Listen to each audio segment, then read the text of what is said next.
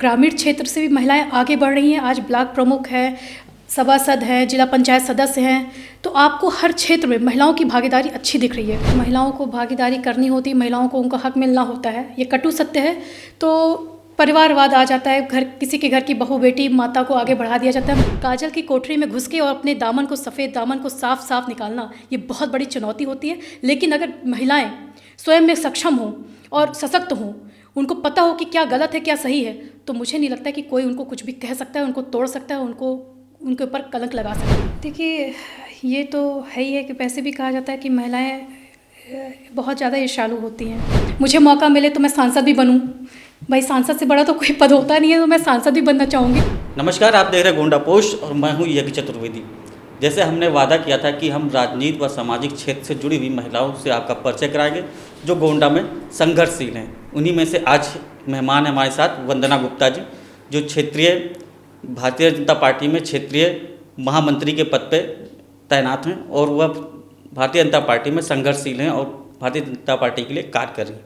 उन्हीं से बातों की शुरुआत करेंगे और यह जानने की कोशिश करेंगे कि उनका राजनीति में आने का क्या कारण था। वंदना जी, बहुत बहुत स्वागत है आपका हमारे पॉडकास्ट में। जय श्री राम। वंदना जी, सबसे पहला सवाल हमारा ये रहेगा कि कब आपके दिमाग में आया कि जैसे कि महिलाओं अक्सर राजनीति अच्छी नहीं मानी जाती है और ख़ासकर छोटे शहरों में, तो कब आपने ये सोचा कि हमको राजनीति में ही जाना है? मेरा राजनीति में आने का सबसे बड़ा श्रेय मेरे पति विकास जायसवाल जी को जाता है। 2012 में मैंने पहला चुनाव सभासद का लड़ा भाजपा से, अपने वार्ड पटेल नगर पश्चिमी से, और मैं विजयी हुई। और इसका एक कारण ये था कि मुझे समाज की सेवा, तो एक माध्यम होता है, जनप्रतिनिधि बन के हम समाज की सेवा बहुत अच्छे से कर सकते हैं और लोगों की मदद करना, ये मेरा अंदर से शुरू से रहा है। तो राजनीति के माध्यम से मैं ये कार्य करना चाहती थी और इसमें मुझे मेरे पति ने बहुत ज़्यादा सपोर्ट किया। इससे ये सफलता मुझे मिली। पति जी ने मैं किस तरह का सपोर्ट रहा? जैसे कि आपने जब उन्होंने कहा था कि आपको राजनीति में जाने के लिए, आपने भी अपनी इच्छा जताई थी? जी नहीं, मुझे राजनीति में लाने का सबसे बड़ा श्रेय, सारा श्रेय मेरे हस्बैंड मतलब विकास जायसवाल जी को ही जाता है। मेरा राजनीति में पहले और कोई भी वो नहीं, दिलचस्पी नहीं थी, लेकिन ये था कि मुझे समाज सेवा करनी है। उन्होंने कुछ देखा मेरे अंदर, उनको लगा कि हाँ ये कर सकती है, आगे बढ़ सकती है, तो उन्होंने मुझे पूर्ण रूप से समर्थन किया। राजनीति में जब आई जी, तो आपको बहुत से भेदभाव का भी सामना करना पड़ेगा। क्या भारतीय जनता पार्टी में कभी पुरुष या महिला नेताओं को लेकर किसी तरह का आपके साथ भेदभाव हुआ है? देखिए, एक तो बहुत स्वाभाविक सी बात है, अगर हम महिला हैं तो हमें बहुत सी समस्याएं आती हैं, लेकिन पर्टिकुलर किसी पार्टी या पार्टी के अंदर रह के कार्यकर्ता के रूप में तो ये कहना सही नहीं होगा। मुझे ऐसा अभी तक तो मेरे साथ ऐसा नहीं हुआ है। बाकी महिला होने के नाते कभी कभार कुछ तो समस्याएं झेलनी पड़ी हैं। जैसा आपने बताया कि 2012 से आपका राजनीतिक सफ़र शुरुआत हुआ, 2025 से जी 13 साल लगभग हो चुके हैं जी। अब तक के राजनीतिक सफ़र से आप संतुष्ट हैं? बिल्कुल, मैंने बहुत कुछ सीखा है, बहुत से अनुभव मिले हैं। 10 साल से मैं लगातार सभासद थे, एज ए जनप्रतिनिधि मैंने काम किया। मैंने जिला योजना कार्य समिति में काम किया, जिला निगरानी समिति का मैंने काम किया, तो अनुभव बहुत अच्छे रहे। उसके साथ साथ मैंने संगठन में 2012 से ही मैं संगठन में भी लगातार सक्रिय हूँ। मैं 2012 में मेरा नगर उपाध्यक्ष का कार्यकाल रहा और आज की डेट में मैं अवध क्षेत्र की क्षेत्रीय मंत्री भाजपा महिला मोर्चा में हूँ। तो बहुत ही अच्छा अनुभव रहा है। महिलाएं जो छोटे शहरों की हैं वो राजनीति में आना नहीं चाहती। क्या राजनीति में आना महिलाओं के लिए थोड़ा मुश्किल है, या आप ये समझ लीजिए कि जो छोटे शहर की मानसिकता है महिलाओं को राजनीति में जाने के लिए, वो उनको पीछे कर रही है? अगर मैं आपकी इस बात का जवाब दूं तो देखिए, आप 10 वर्ष पीछे जाइए। आप 2014 से पहले की आप स्थिति देखिए और अब की स्थिति देखिए। अब ग्रामीण क्षेत्र से भी महिलाएं आगे बढ़ रही हैं। आज ब्लॉक प्रमुख है, सभासद हैं, जिला पंचायत सदस्य हैं। तो आपको हर क्षेत्र में महिलाओं की भागीदारी अच्छी दिख रही है, क्योंकि सरकार की जो मंशा थी कि महिलाओं को आगे बढ़ाया जाए, आत्मनिर्भर बढ़ाया जाए, स्वावलंबन किया जाए, उस पर बहुत ही अच्छा कार्य हुआ है। महिलाओं को भी कहीं ना कहीं एहसास हुआ कि हम जिस सरकार में हम हैं उसमें हमें आगे बढ़ने का अवसर है। तो पहले तो समस्या थी, किंतु अब धीरे धीरे ये समस्या बहुत ही कम हो चुकी है। अगर आपको एक लाइन में उन महिलाओं को मैसेज देना हो कि ज़्यादा से ज़्यादा संख्या में राजनीति में आए, तो क्या मैसेज देना चाहिए? बिल्कुल, राजनीति में महिलाओं को बढ़ चढ़ के हिस्सा लेना चाहिए और इसी के तहत देखिए 33% आरक्षण भी महिलाओं को दिया गया है कि आप अपने क्षेत्र में 33% आरक्षण के तहत आप आगे बढ़िए, क्योंकि राजनीति के माध्यम से आप खुद को आत्मनिर्भर करती हैं, स्वावलंबन करती हैं और अगले को भी आप आगे बढ़ने का मौका देती हैं। तो महिलाओं से यही निवेदन है कि आप राजनीति में आइए, अच्छी मानसिकता के साथ आइए और पूरे मनोबल के साथ, अच्छे मनोबल के साथ आइए। क्या कारण है कि महिलाएं आपके नज़रिए से राजनीति में बहुत ही कम संख्या में, भागीदारी बहुत कम है उनकी? देखिए, कहीं ना कहीं समस्या ये आ जाती है जब महिलाओं को भागीदारी करनी होती है, महिलाओं को उनका हक मिलना होता है, ये कटु सत्य है। तो परिवारवाद आ जाता है, किसी के घर की बहू बेटी माता को आगे बढ़ा दिया जाता है, किसी कार्यकर्ता महिला को मौका नहीं दिया जाता। ये कहीं ना कहीं बड़ा ही कष्टदायी है। ये भी एक बहुत बड़ा कारण है कि महिलाएं सोचती है कि अगर हम आएंगे भी तो हमें मिलेगा क्या। जैसे आपने कहा परिवारवाद, तो क्या आपने इसका फेस कभी किया, इस प्रॉब्लम? बिल्कुल मैंने फेस किया है, इसको कहने में मुझे बिल्कुल भी हिचक नहीं है। मैंने फेस किया है क्योंकि मैं जो हूँ, मैं बहुत ही ज़मीनी स्तर से हूँ और मुझे ये जो राजनीति में जो भी मुकाम हासिल हुआ है, इसके पीछे मेरे ना किसी पिताजी का हाथ है, ना दादाजी का हाथ है। मुझे पुश्तैनी में कुछ नहीं मिला, ये कोई विरासत नहीं है, ये खुद की बनाई हुई पहचान है और इसका पूरा श्रेय मेरे पति विकास जायसवाल जी को ही जाता है कि उन्होंने मुझे इस लायक बनाया, इस काबिल बनाया कि तुम अपनी पहचान खुद बनाओ। लोग तुम्हें वंदना गुप्ता के नाम से जाने, ये ना बताना पड़े कि मैं विकास जायसवाल की पत्नी हूँ, ये ना कहना पड़े।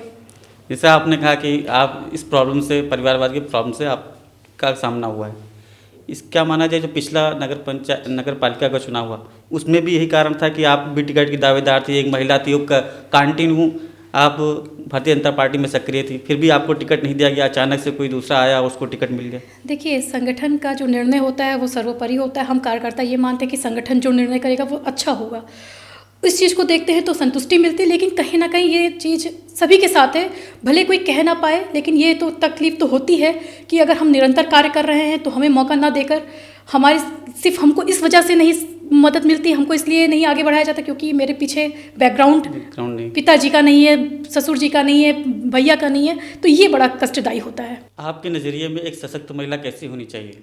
देखिए, सशक्त महिला वही होती है जो सामाजिक, आर्थिक रूप से, राजनीतिक रूप से खुद को पूरे मनोबल के साथ प्रस्तुत कर सके, वही एक सशक्त महिला होती है, जिसको किसी तरह की कोई दबाव में जो ना आए, उसको अपने सही गलत निर्णय का फैसला लेने का अधिकार हो, वही सशक्त महिला है आज के समय में। हम गोंडा की बात करेंगे, तो गोंडा क्षेत्र में महिलाओं में राजनीति को लेकर काफ़ी पिछड़ापन है।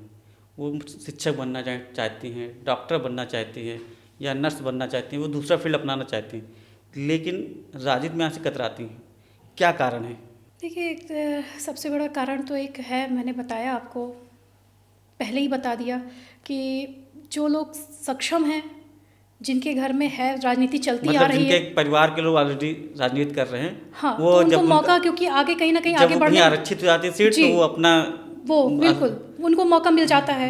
तो कहीं ना कहीं मनोबल तो टूटता ही है कि जो मेहनत कर रहा है उसको मौका नहीं दिया जा रहा, लेकिन जो नहीं कर रहा है उसको मौका दिया। एक कारण ये है। दूसरी चीज़ है कि यहाँ की मानसिकता ये है कि राजनीति में निकलने पे महिलाओं को तुरंत चरित्र पे हमला किया जाता है कि जो घर से महिलाएं निकल रही हैं वो उनका चरित्र, तो जब चरित्र पे बात आती है तो कोई महिला ये चाहेगी कि उसके चरित्र पे उंगली उठे। तो क्या आपके साथ कभी ऐसा फेस हुआ है, आप भी ऐसे प्रॉब्लम का फेस किया, जो आपके साथ महिला कार्यकर्ता हैं उनको भी इस तरह की समस्या हुई? देखिए, एक महिला होने के नाते बहुत कुछ फेस करना पड़ता है और राजनीति वास्तव में बहुत ही कठिन रहा है एक महिला के लिए। ये जान लीजिए, काजल की कोठरी में होना, काजल की कोठरी में घुस के और अपने दामन को, सफ़ेद दामन को साफ साफ निकालना, ये बहुत बड़ी चुनौती होती है। लेकिन अगर महिलाएं स्वयं में सक्षम हों और सशक्त हों, उनको पता हो कि क्या गलत है क्या सही है, तो मुझे नहीं लगता कि कोई उनको कुछ भी कह सकता है, उनको तोड़ सकता है, उनके ऊपर कलंक लगा सकता है। वंदना गुप्ता, राजनीति में अपना भविष्य कहाँ पर देखती हैं? क्या कोई प्लान है, आगे कहाँ तक जाना चाहती हैं? जैसा कि सभी को पता है, आप लोग को भी पता है कि मैंने अब की बार नगर पालिका चुनाव के लिए, अध्यक्ष पद के लिए दावेदारी की थी, किंतु किन्हीं कारणों से, या मैं ये मान लूँ कि मेरे भाग्य में नहीं था, ईश्वर साथ नहीं थे, तो मुझे नहीं मिल पाया। बिल्कुल प्रयास है, क्योंकि जीवन के 13-14 साल राजनीति में देने के बाद, संगठन में देने के बाद, कहीं ना कहीं इच्छा तो होती है कि मैं आगे बढ़ूं और आगे बढ़ के मैं समाज की सेवा कर सकूं। जो मैंने अपना एक उद्देश्य बनाया है, उस उद्देश्य को पूरा करूं। पूरा प्रयास रहेगा, सदैव मैं उस पर निरंतर चलती रहूंगी। और बाकी मैं संगठन सर्वप्रथम तो ईश्वर, भाग्य और तीसरे नंबर पे संगठन के निर्णय को सर्वोपरि मानते हुए मानूंगी, क्योंकि जो निर्णय होगा वो मेरे हित में ही होगा। 13 साल के राजनीतिक सफ़र में आपके सामने कोई ऐसा क्षण आया है जिसमें आप काफ़ी प्रभावित हुई हो कि हाँ, या आपको संतुष्टि मिली हो कि मैं जो कर रही हूँ राजनीति में हूँ, मैं संतुष्ट हूँ और आपको अच्छा लगा हो? देखिए, मुझे तो सबसे बड़ी खुशी तभी होती है जब मैं किसी के काम आ सकती हूँ, आ जाती हूँ। जैसे कोई मेरे पास मदद के लिए आया, पुलिस थाना कोर्ट कचहरी मामला कोई आता है और कोई मेरे माध्यम से किसी का कुछ भी 1% भी मैं उसके काम को सफल बना पाती हूँ, तो मुझे बड़ी खुशी होती कि शायद मेरा राजनीति में रहना सफल हो गया, कि मैं इसके काम आ सकी। समाज में कार्य करने के लिए आई थी और उसको मैंने किया, तो बहुत संतुष्टि होती है। ऐसे मैंने बहुत से कार्य किए हैं, महिलाओं की मदद की है, लोगों की मदद की है, पुरुष वर्ग भी ऐसे हैं जो भाई लोग आते हैं कोई मदद को लेकर, क्योंकि मैंने कहा ना कि 10 साल से मैं एक वार्ड की सभासद रही, तो मेरे पास बहुत सी समस्याएं आई और उसमें से मैंने बहुत से महिलाओं की मदद की, तो मुझे संतुष्टि होती है कि चलो कुछ तो अच्छा किया मैंने अपने जीवन का उद्देश्य के 20% से ही 30% से ही, लेकिन मैंने पूरा किया। गोंडा की बात करें अगर हम राजनीति में महिलाओं की भागीदारी की, तो अक्सर देखा जाता है ग्रामीण क्षेत्रों में पुरुष अपना वर्चस्व कायम रखने के लिए प्रधान तो महिला को बना देता है, लेकिन उसको सामने नहीं ले आता, वो सिर्फ स्टाम्प और दस्तखत करने के लिए रहता है। आप क्या सोचते हैं इस नज़रिए को किस तरह देख? नहीं, ये तो बिल्कुल गलत मैं मानती हूँ। देखिए, अगर आपके अंदर काबिलियत है तो आप चुनाव लड़ें। अगर आपको लगता है कि आपके घर की बहन बेटी पत्नी इस योग्य नहीं है, तो आप उसको रबर स्टैम्प की तरह मत यूज़ करिए, क्योंकि ऐसे करने से ना अगले को आप मौका भी नहीं देते हैं, जो योग्य है उसको मौका भी नहीं देते हैं और खुद को योग्य बनाते भी नहीं हैं, तो ये गलत है। हालाँकि इस पर भी सरकार की एक बड़ी मंशा आई है कि जो भी प्रतिनिधि हैं वही बोर्ड मीटिंग करेंगे, वही संसद में बैठेंगे, तो ये अच्छा रहा है। लेकिन ये तो होता नहीं, काफ़ी दिनों से तो चल रही बात। हाँ, हम यहाँ के जिलाधिकारी ने भी नोटिस जारी मानसिकता किया को था। बदलते बदलते समय लगेगा, अमल किया जाएगा, लेकिन अब कुछ लोगों की मानसिकता ही ऐसी है कि नहीं। मैंने कहा ना कि महिलाओं को राजनीति में तो लाना है, लेकिन उनके साथ थोड़ा ये बता देते ना कि मेरे घर की महिलाएं निकलती नहीं हैं, लड़ाना भी है, जिताना भी है, पद भी लेना है, कुर्सी पे बैठना भी है, लेकिन मेरे घर की महिलाएं निकलती नहीं है। तो ये मैं तो कहती हूँ कि सभी को इसके बारे में सोचना चाहिए। विकास पे बात करेंगे कि गोंडा में पिछले 14 साल में आपको ऐसा कौन सा विकास कार्य लग रहा है कि जो सबसे अच्छा हुआ, और क्या लगता है कि अभी तक ये गोंडा में ऐसा विकास कार्य जो होना चाहिए था वो नहीं हुआ है? देखिए, बहुत परिवर्तन देखा। आप रोड ही देख सकते हैं, लाइटिंग की व्यवस्था देख सकते हैं, आप सभी वार्ड को देख सकते हैं कि स्थिति मतलब इतनी बदली है कि जो पहले गड्ढे ही गड्ढे दिखते थे, गोंडा को गड्ढे, सड़क को गड्ढे ही गड्ढे दिखते थे, सड़क कम दिखती थी, गड्ढा ज़्यादा मिलता था। आज की डेट में आप कहीं पर भी जाइए, आपको सब नीट एंड क्लीन, आपको बिल्कुल वेल मेंटेन्ड सड़क मिलेगी। आपको चौराहे देखिए, उनका सौंदर्यीकरण देख लीजिए। और रही बात जो कमी है, मुझे लगता है सबसे बड़ी कमी हमारे यहाँ सीवर लाइन की है। जो बरसात आता है तो हमारे यहाँ समस्या होती है। इस मुद्दे पे हम लोगों ने कई बार प्रश्न उठाया है कि इसका हल हो, और ईश्वर ने चाहा तो बहुत ही जल्दी इसका कार्य भी होगा, ये विश्वास है। अगर आपको एक बार मौका मिलता है विधायकी का चुनाव लड़ने का और आप जीत जाते हैं, तो ऐसा कौन सा कार्य कराएंगे गोंडा के लिए कि जो मिसाल बन जाए? देखिए, अगर ईश्वर की कृपा से कभी ऐसा सुनहरा अवसर मुझे प्राप्त हुआ, तो मेरा पहला उद्देश्य होगा महिलाओं की शिक्षा, महिलाओं के लिए कार्य करना। दूसरा, स्वास्थ्य विभाग, क्योंकि मुझे लगता है कि गोंडा में अपने स्वास्थ्य विभाग और महिलाओं के लिए, युवाओं के लिए, ये 3 हमारे शहर के ज़िले के लिए बहुत ज़रूरी है। इनके लिए कार्य करना मेरी प्रथम प्राथमिकता होगी। क्या भारतीय जनता पार्टी के जो पदाधिकारी हैं और मौजूदा विधायक, आपको उनका समर्थन प्राप्त होता है? बिल्कुल प्राप्त होता है भाई, पार्टी के हमारे विधायक हैं और कार्यकर्ता हैं हम, तो प्राप्त होता है जब, लेकिन कभी कभी ऐसा भी होता है कि हम नहीं पहुंच पाते, या उनको लगता है कि वो हमारे कार्य को करने में असमर्थ हैं, तो वो मुझे बता भी देते हैं कि ये चीज़ हमसे नहीं हो पाएगी। क्योंकि बीच में खबर आई थी कि शायद आप पार्टी से नाराज मैं और पार्टी कार्यक्रमों में नहीं जाते हैं। देखिए, उसके पीछे कुछ परिस्थितियाँ होती हैं, विषम परिस्थितियाँ ऐसी आ जाती हैं कि दूरी बनाना पड़ता है, दूरी हो जाती है, ऐसा नहीं है। मैंने राजनीति 2012 से शुरुआत की, और पहला मेरा जो कदम रहा वो भाजपा को रहा। मेरा पहला वोट जो था वो भाजपा को था, और जीवन के अंत समय तक मैं भारतीय जनता पार्टी को ही वोट करूंगी, समर्थन करूंगी। मैं पार्टी में पद पे रहूं या ना रहूं, मुझे कोई पद या कुर्सी मिले, टिकट मिले या ना मिले, लेकिन वंदना गुप्ता हमेशा भारतीय जनता पार्टी की एज ए कार्यकर्ता हमेशा समर्थन में रहेंगी, हमेशा कार्य करती रहेंगी। आप महिला हैं, महिला होने के नाते आपको कौन सा इस देश का महिला नेता आपको सबसे अच्छा लगता है, सबसे ज़्यादा प्रभावित करती है?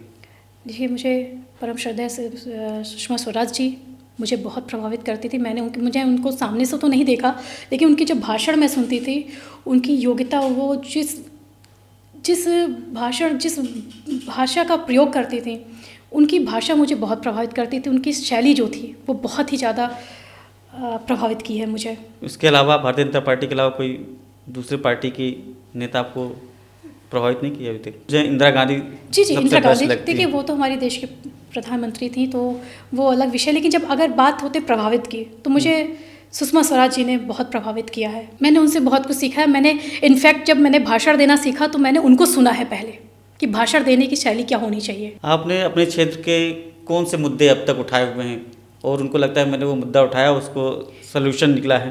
देखिए मैं अपने वार्ड क्षेत्र की बात करती हूँ। मैंने अपने यहाँ जितने भी गली के निर्माण थे और जो भी समस्याएं आती थीं, उसको मैंने मुद्दा उठाया भी, उसका सलूशन भी करवाया अपने कार्यकाल में। हमारे यहाँ तारों की बड़ी समस्या थी, पंच केबल के निर्माण नहीं हो रहा था, वो नई व्यवस्था हो रही थी, उसको मैंने कराया। और जो भी स्थानीय मुद्दे और भी छोटे मोटे जो आते थे, मैंने उसका मुद्दा उठाया, उसका सलूशन भी करवाया। और रही बात सीवर लाइन की, मेरा एक मुद्दा जो रहा है शुरू से, पांडे तालाब। हमारे यहाँ एक पांडे तालाब पड़ता है, उसके लिए मैंने कई बार कहा प्रशासन से कि इसकी बैरिगेटिंग करा दी जाए, क्योंकि आपको भी पता होगा, जानकारी होगी कि हर वर्ष 2 से 3 जाने पांडे तालाब में जाती हैं। उसका अगर नवीनीकरण, उसको बैरिगेटिंग करा दिया जाए, तो ये गाय बकरी और आए दिन लोग छलांग मार के अपनी आत्महत्या कर लेते, उसका थोड़ा सा निवारण हो जाता। मैंने कई बार इसको कहा है, लेकिन अभी तक उसका कुछ भी सल्यूशन नहीं निकल पाया है। और मैं आपके इस चैनल के माध्यम से फिर एक बार प्रशासन से निवेदन करती हूँ कि उसके ऊपर नज़र डालें और उसकी बैरिगेटिंग करा दें। जो मौजूदा समय है गोंडा का, उसका जो नेतृत्व कर रहा है एक महिला जिलाधिकारी है, सीडीओ में भी महिला है, जो स्वास्थ्य कर्मी कर रहे वो भी महिला है, जो नगर पालिका अध्यक्ष वो भी महिला है। तो इतनी सारी महिलाएं इस समय गोंडा का नेतृत्व कर रही हैं। आप इसको किस नज़रिए से देखते हैं? क्या जो महिला राजनीति में आना चाहती है, इससे उनको प्रेरणा लेनी चाहिए? बिल्कुल, बहुत अच्छा है। ये नए भारत का, नई महिला सशक्तिकरण का सबसे बेहतर उदाहरण है। और मैं तो कहूँगी कि सब हमारे ज़िले में आप देख रही हैं। और देखिए, अभी हमारे दुश्मन देश पाकिस्तान में विंग कमांडर और कमांडर सोफिया कुरैशी जी और विंग कमांडर व्योमिका सिंह जी ने किस तरह से घुस के दुश्मन देश को सबक सिखाया है।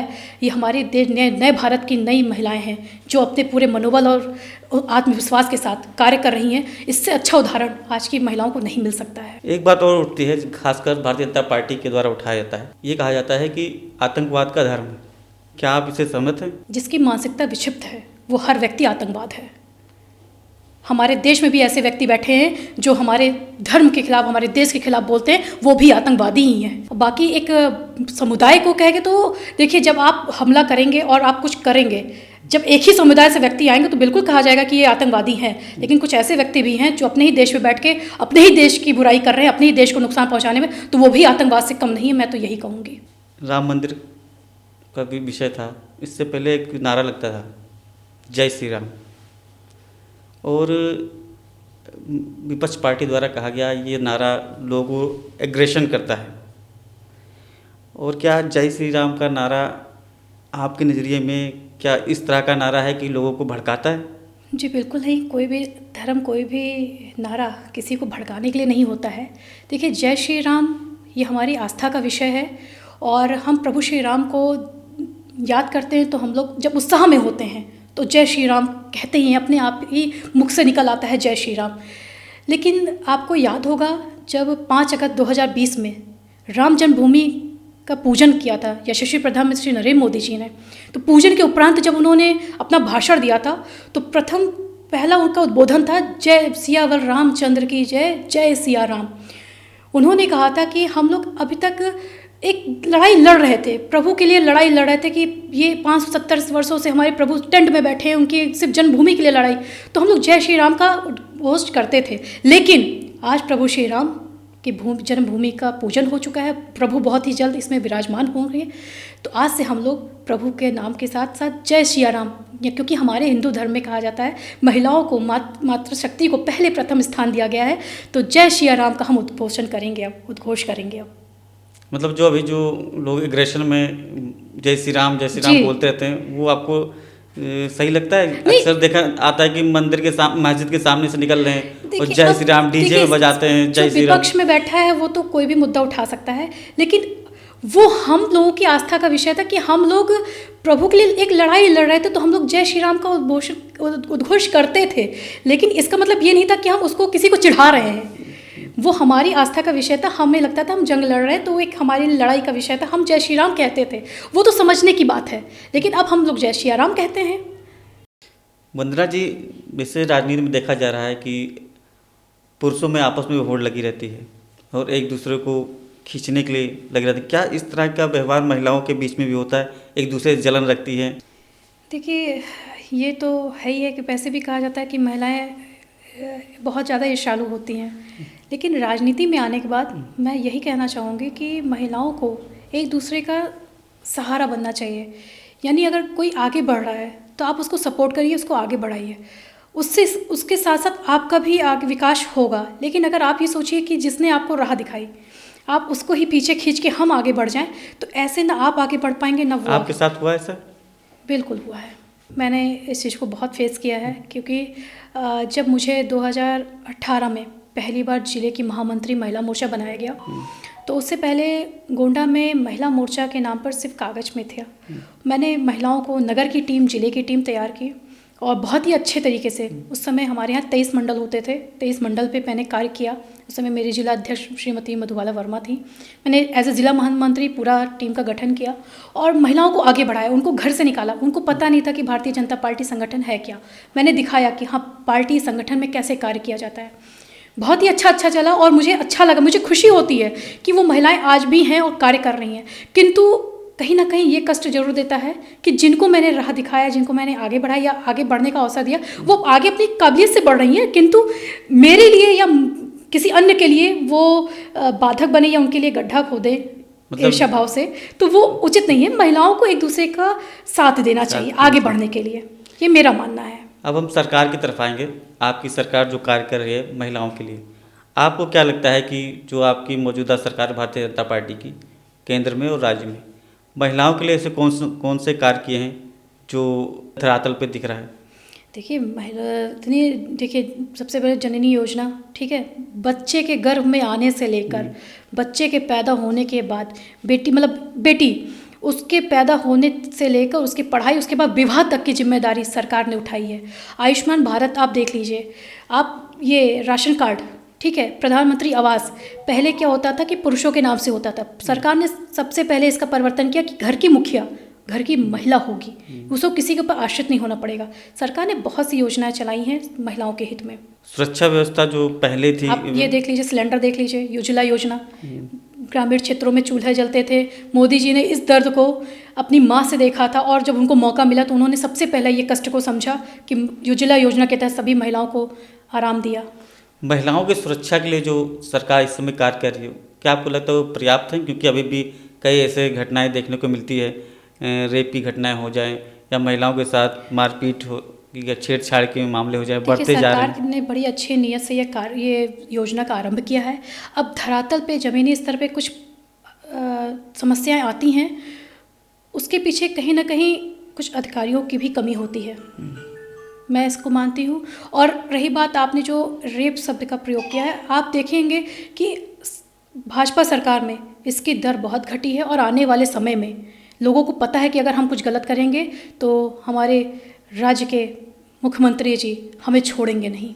ग्रामीण स्तर पे महिलाओं को राजनीति में जोड़ने या भागीदारी करने के लिए आप जैसी महिलाओं को, जो ऑलरेडी कार्यकर्ता हैं भारतीय जनता पार्टी की, जो राजनीति में हैं, उनको जोड़ने के लिए आप जब जाती हैं फील्ड में तो किस तरह का चुनौतियों का सामना करना पड़ता है? क्या वो महिलाएं आसानी से मान जाती हैं कि हम राजनीति में सक्रिय होंगे या बढ़ चढ़ कर वोट देंगे? राजनीति में आना तो एक अपने अंदर से भाव होता है कि राजनीति में हमें जुड़ना है कि नहीं जुड़ना, किस पार्टी से जुड़ना है। रही बात चुनौती की, तो आज के समय में चुनौती उन्हीं महिलाओं के लिए है जो स्वयं से सक्षम नहीं है।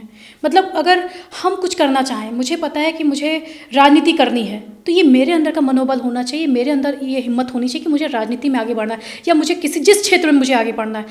ये हमारे अंदर से भाव होना चाहिए कि हमें करना है। अगर हम अंदर से सक्षम नहीं हैं, हम अंदर से निर्णय लेने में सक्षम नहीं हैं, तो हमारे लिए हर मोड़ पे चुनौतियां हैं। आपको क्या लगता है कि महिलाएं को शिक्षा आज के समय में, तो हर घर के चाहे बूढ़ बुजुर्ग हो या परिवार हो, अपने बेटियों को पढ़ाना चाहता है, लेकिन अभी भी बहुत से ऐसी जगह पे हैं जहाँ पर कक्षा 5 तक बच्चों को पढ़ाया जाता है या क्लास 8 तक पढ़ाया जाता है, उसके बाद उनकी पढ़ाई रोक दी जाती है। शिक्षा का अभाव था, इसको देखते हुए यशस्वी प्रधानमंत्री जी ने एक योजना चाहिए, बेटी बचाओ बेटी पढ़ाओ, कि सरकार इस पर भी कार्य कर रही है कि जो बच्चे नहीं पढ़ रहे थे, बेटियां नहीं पढ़ रही थी, उनको पढ़ाया जाए, आगे बढ़ाया जाए। और मैं आपको बताऊं कि शिक्षा के क्षेत्र में एक बहुत बड़ी समस्या है जो मुझे लगती है कि जैसे मध्यम परिवार, अगर बच्चे प्राइवेट सेक्टर में पढ़ रहे हैं और कुछ शिक्षा माफिया इस तरह से बैठे हुए हैं कि आप देखेंगे। जो आप बताना चाहते उस सवाल पर हम आगे आएंगे जी। पहले मैं जानना चाहता हूँ कि क्लास 5 तो 8 के बाद लड़कियों का पढ़ना ग्रामीण क्षेत्रों में काफ़ी अभी भी मुश्किल है। मुश्किल से 15 या 20% ही लड़कियां बाहर निकल के जा पाती हैं पढ़ने के लिए। तो इसको लेकर आपकी सरकार के द्वारा कि उनको पढ़ाने के, जैसे आपने बताया कि बेटी बचाओ बेटी पढ़ाओ, उसके तहत, लेकिन धरातल पे अभी भी ये थोड़ा मैंने कहा ना कि कुछ कार्य जो नहीं हो पा रहे, ये स्थानीय जो हमारे यहाँ बैठे कुछ प्रशासनिक अधिकारी हैं, वो सरकार के जो उनकी मनोकामना है उनसे बिल्कुल विपरीत कार्य कर रही है। जो योजनाएं तो आ रही हैं, सरकार बिल्कुल पूरी योजना लागू कर रही है, लेकिन ज़मीन पे ये लोग लागू होने नहीं दे रहे हैं। जो पूर्ववर्ती सरकार में बैठे अधिकारी हैं वो इस समय पर मौजूदा सरकार के मनोकामना को पूर्ण नहीं होने दे रही है। कुछ ऐसे अधिकारी हैं। जो आप अभी प्राइवेट सेक्टर की बात करें थी, अब मैं वही जो सवाल पहले था उसी से कनेक्ट है वो जी। अगर बहुत से बच्चे या बच्चियाँ पढ़ना चाहते हैं क्लास 5 के बाद 6 के बाद, उनके पास ऑप्शन रहता है प्राइवेट का, लेकिन प्राइवेट में जिस तरह की लूट मची हुई है स्कूलों में, फीस को लेकर, बुक को लेकर, ड्रेस को लेकर, और आपकी सरकार द्वारा भी इस पर नियंत्रण नहीं लगाया जा सका, इसको किस तरह देखती है? जी बिल्कुल, मैं इस आपके माध्यम से सरकार से एक निवेदन करती हूँ, क्योंकि जिस तरह से शिक्षा माफिया बैठे हुए हैं और प्राइवेट सेक्टर की फ़ीस और किताबें जो 2, 3, 4, 5 की कक्षा के बच्चों की 5,000, 6,000 की सिर्फ किताबें आती हैं। अगर एक मध्यम परिवार, अगर एक बच्चा है तो उसको किस तरह से अफोर्ड तो कर लेंगे, पढ़ा लेंगे, किंतु अगर 2-3 बच्चे हैं तो उनके लिए बहुत ही मुश्किल है। अगर इसी जगह पर NCERT की बुक्स लागू कर दी जाएँ तो अभिभावक पे भी समस्याएं कम होंगी, वो बच्चों को पढ़ा सकेंगे। नहीं तो एक बार ऑप्शन मिलता है कि ठीक है सरकारी स्कूल में डाल देते हैं, सरकारी स्कूल में जाने के बाद बच्चों का भविष्य, पढ़ाई हो रही है, लेकिन जो एक प्राइवेट सेक्टर में पढ़ाई मिलती है, एक संतुष्टि होती है कि हाँ बच्चा मेरा कुछ अच्छा पढ़ के निकलेगा, वो वहाँ नहीं मिल पाती है। तो ये मैं ये कहूँगी कि प्राइवेट सेक्टर में फ़ीस, और ये सबसे बड़ी समस्या होगी कि इतने ड्रेस कोड कर दिए जाते हैं, इतने ड्रेस कोड की, वेडनेसडे को ये, थर्सडे को ये, सैटरडे को ये, गेम टाइम पे ये एक मध्यम ड्रेस कोड भी कर दिया जाता है, प्लस बुक जहाँ से लेनी है वो दुकान। ये सबसे बड़ी समस्या कि आपकी एक पर्टिकुलर बुक का, शॉप का नाम दे देंगे कि आपको वही मिलेगी। अगर आप बुक्स खरीद रहे हैं तो आपको कॉपी भी वहीं से खरीदनी पड़ेगी। ऐसा प्रतिबंध नहीं होना चाहिए, ये बहुत ही ज़्यादा तकलीफ देती है उन पेरेंट्स को। आपने कभी इसके लिए आवाज़ उठाई? बिल्कुल, मैंने आवाज़ उठाई, और इनफैक्ट मेरा भी बच्चा एक प्राइवेट सेक्टर, मेरी बेटी तो केंद्रीय विद्यालय में है, मेरा बेटा प्राइवेट सेक्टर में पढ़ रहा है, और मैंने वहाँ के मैनेजर्स को, प्रबंधक को ये बोला भी है कि सर आप इस चीज़ को देखिए, और उन्होंने आश्वासन दिया कि आने वाले समय में मैं कुछ परिवर्तन जरूर करूँगा। अगर वो कर लेते हैं तो बहुत अच्छी बात है। मैं उन्हीं को नहीं, मैं इनफैक्ट गोंडा के जितने प्राइवेट सेक्टर हैं, मैं सबसे निवेदन करती हूँ कि प्लीज़ आप लोग इस बात पर ध्यान दीजिए, क्योंकि एक मध्यम परिवार इस चीज़ को अफोर्ड नहीं कर सकता। अगर 3-4 बच्चे हैं तो उस चीज़ को अफोर्ड नहीं कर सकता। एज ए पेरेंट मैं इस पेन को समझ सकती हूँ। कि वंदना गुप्ता जी अपना भविष्य ऐसे महिला नेता कहाँ तक जाना चाहती हैं? देखिए, जब मैंने शुरुआत किया था तो भी नहीं मुझे पता था कि मैं यहाँ तक आऊँगी, और भविष्य हर व्यक्ति चाहता है कि मैं उच्च शिखर पर विराजमान हूँ, क्योंकि कोई ये नहीं चाहता कि मैं जहाँ हूँ बस वहीं रहूँ या उससे नीचे जाऊँ। हर कोई चाहता है कि मैं आगे बढ़ूँ। ऐसे मेरी भी इच्छा है, मुझे मौका मिले तो मैं सांसद भी बनूँ। भाई सांसद से बड़ा तो कोई पद होता नहीं है, तो मैं सांसद भी बनना चाहूँगी। लेकिन मैंने कहा ना कि इसी चीज़ को रिलेट करते हुए कि मैं ईश्वर, भाग्य और संगठन, क्योंकि मैं एक संगठन की कार्यकर्ता हूँ, क्योंकि हमारे यहाँ कहा जाता है संगठन का निर्णय ही सर्वोपरि है। जो संगठन तय करेगा, जो कार्यकर्ता के लिए उचित होगा वही करेगा। और मैं ये भी कहती हूँ भारतीय जनता पार्टी में ही कार्यकर्ताओं का भविष्य उज्ज्वल है, क्योंकि किसी एक सामान्य कार्यकर्ता को कहाँ से कहाँ बैठा दे, ये भारतीय जनता पार्टी में ही संभव है, क्योंकि यहाँ परिवारवाद नहीं चलता है। आपने कहा कि सामान्य कार्यकर्ता को कहाँ से कहाँ पहुँचा दे भारतीय जनता पार्टी, लेकिन आपको नहीं लगता गोंडा में परिवारवाद चल रहा है? वो देखिए, वो उनका भाग्य है कि वो विधायक थे, विधायक है, आगे पता नहीं क्या विधायक हो या सांसद हो। मैं किसी को रिलेट ना करते हुए मैं अपनी बात कर रही हूँ कि मेरा भाग्य, मेरे ईश्वर ने मुझे अगर चुना है, राजनीति में यहाँ तक पहुँचाया है, तो मुझे लगता है मैं अपने कर्म को करूँगी और करती रहूँगी, निरंतर चलूँगी। और जब तक मुझे अपना उद्देश्य, मेरा अपना लक्ष्य नहीं प्राप्त होगा, मैं नहीं बैठूँगी। और रही बात ये कि मैं कहाँ तक पहुँचूँगी, ये तो आने वाला समय बताएगा। फिर आप लोग भी हैं, देखेंगे ही कि वंदना गुप्ता कहाँ तक जाती हैं। बहुत बहुत धन्यवाद वंदना जी। धन्यवाद। ये थी वंदना जी, जो भारतीय जनता पार्टी में पिछले 13 सालों से महिला मोर्चा में लगातार संघर्षशील हैं, कार्य कर रही हैं। और पिछले नगर पालिका का जब चुनाव था तो इन्होंने दावेदारी पेश की थी टिकट के लिए, लेकिन उनको सफलता हाथ नहीं लगी, किसी दूसरे को टिकट दे दिया गया। शायद उसकी खींच है वंदना जी के मन में, क्योंकि लगातार वो फील्ड में वर्क करती रहती हैं, कार्य करती रहती हैं। ऐसी महिलाओं को लगातार हम आपसे मुलाकात कराते रहेंगे, जो लगातार राजनीति में, सामाजिक क्षेत्र में संघर्षशील हैं और उनको वो पहचान नहीं मिल पा रही जिनकी वो हकदार हैं।